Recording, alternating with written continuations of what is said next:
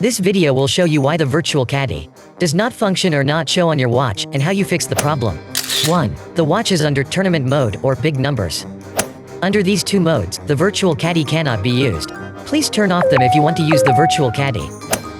2. Scoring and club prompt are not turned on. If you don't turn on scoring and club prompt, the watch won't record your club performance. 3. The scorecard has less than 5 rounds information.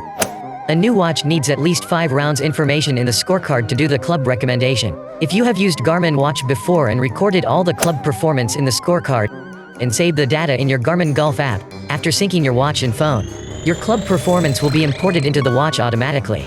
The virtual Caddie then can function. 4. The watch does not receive GPS. Approach S62 needs GPS to activate the virtual Caddie. Because the data will be updated on your watch every 5 meters move, please ensure the GPS is connected. 5. Your location is different from the location the watch shows. If you are not at the location the watch shows, the virtual Caddie will not function. 6. When you are on the green.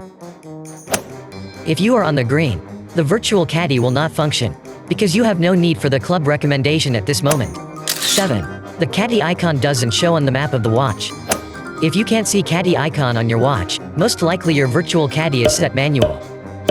On the course map view, please press the upper right key and select Ask Caddie. You'll see the recommended club.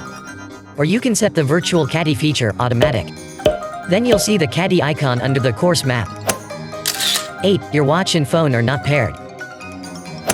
We suggest that you pair your watch and phone before using virtual Caddie feature, so you can receive the newest club information, even if your watch and phone are not paired. With enough club information, the virtual Caddie feature can function as well. However, it cannot measure the influence of the wind on the club and do further recommendation.